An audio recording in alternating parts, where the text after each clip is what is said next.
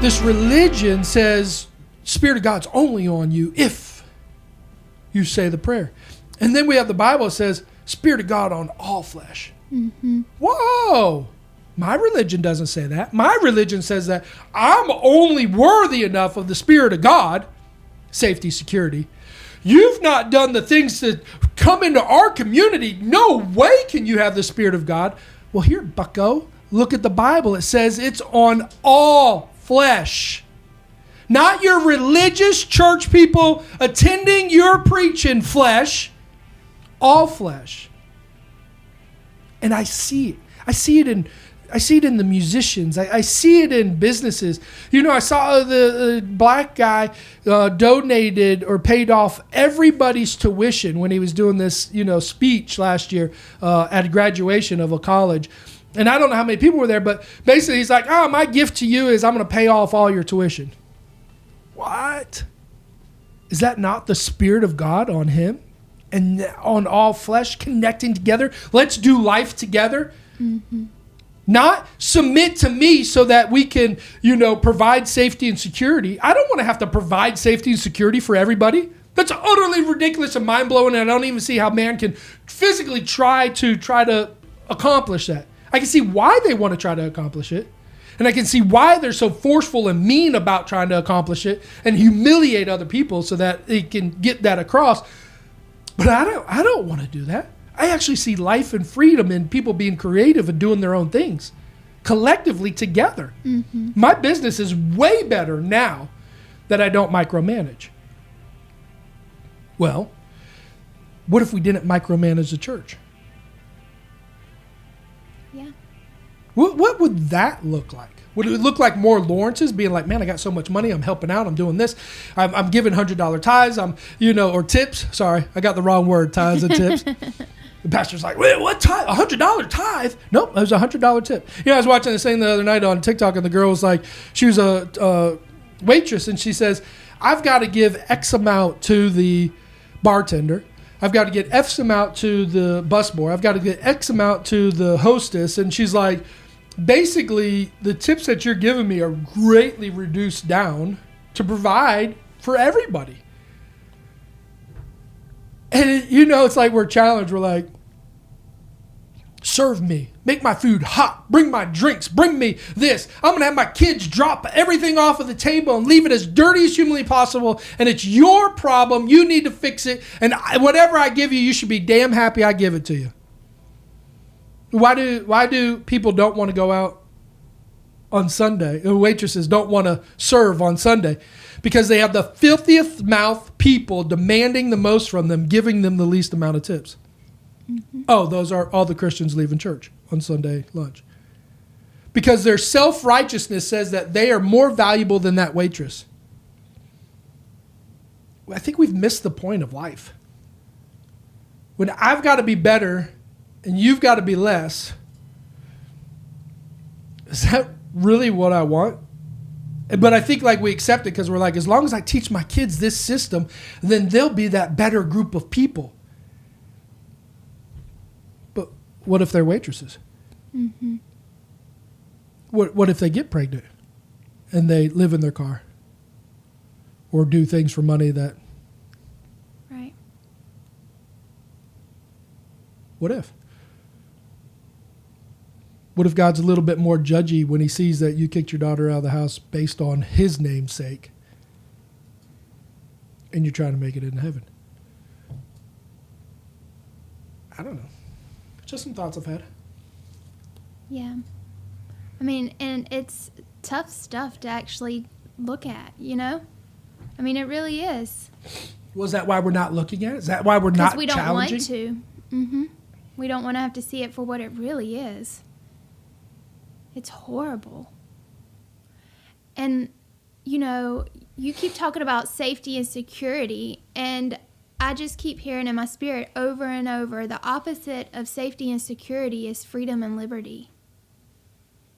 We know this. We've lived through it. We've lived through giving up something that we've invested our whole entire life in. You know what I mean? And walking away.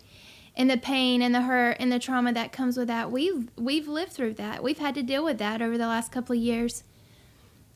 And there's nothing that compares to the freedom and the liberty we have on the other side of it. At all. I mean, it's almost, I can't say almost, it's very worth giving up safety and security. And I don't want my kids to be those kids that are being trained to be the people who aren't looked down on. You know what I mean? Like, I want my kids to be the we kids that aren't the I thinkers, you know, that look at people and think we're in this together, that sees the person that's sitting on the side of the road that has no food, or the person in a wheelchair being pushed around by their parents in the grocery store. You know, we have to have a we mentality to love people better, to see people better, to see, like you saw with the gentleman on the radio.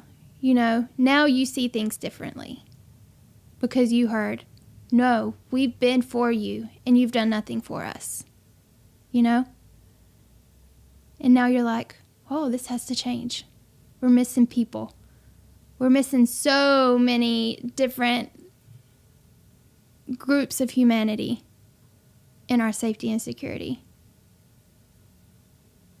Why? Why do we do it? Why do we pass it down? Why do we continue this cycle? Because it's comfortable? Because it's empowering to us? Because it doesn't make us think outside of our ism box, whether that's government or religion or whatever.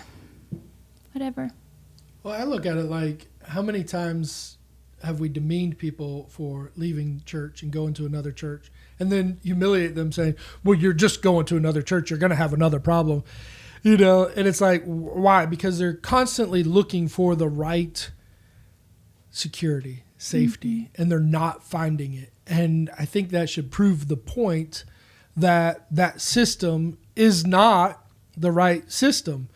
I think you'll find more safety and security, like what you said, in independence and freedom. If you don't like a church, go create the church you want to be. Mm-hmm. You know, we kind of challenge each other on that. Like, you know, if you don't like what the church is not doing for your kids, well, then go provide that service for your kids. You know, you and Liz have talked about doing stuff for the girls and stuff like that. If you don't like the way that your church gives, then leave the church, take your money, and go create the ministry that gives. You know, we've created a ministry that gives. And I'm actually so excited about some of the things that are coming up in the future because I'm seeing more and more possibilities of giving now because I'm not demanded to give my money to somebody who won't give my money to somebody else. Mm-hmm. And if I shake the money tree, I don't get refused and walk away and feel horrible about the actual money that I've given. But now what I'm doing, I'm getting, I mean, Sunday, my wife, she went to church. I didn't go to church. We met up for lunch afterwards. We had a gay black waiter. He was not a great waiter, you know, and service was just, you know, kind of slow and horrible. And, you know, food was great. And I was like, no matter what, I always give $100 because I always, no matter what, want people to know that they're valuable. Now, 5 years ago, I would maybe be a little more challenged about giving this guy bad service, you know, with all of my religious beliefs, $100. But if I'm filtering out my life through every tongue, every nation, every person, Spirit of God on all flesh, I have to give him $100 so that hopefully he'll get that revelation. The church doesn't have this revelation. How can I expect this guy to have the revelation? And maybe he does have the revelation.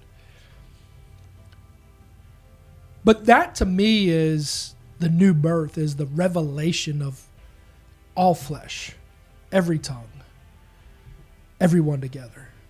We, the people, all humanity. Buddhist, they're in it.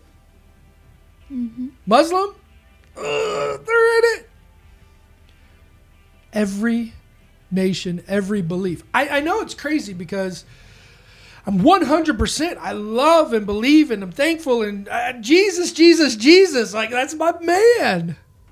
And I want everybody to know that same greatness that I have and honor for Jesus.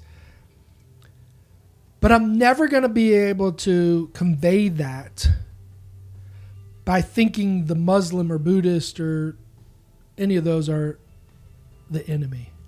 Right. It's not people who believe in Jesus against the world. It's people who believe and have the revelation of Jesus Christ for the world.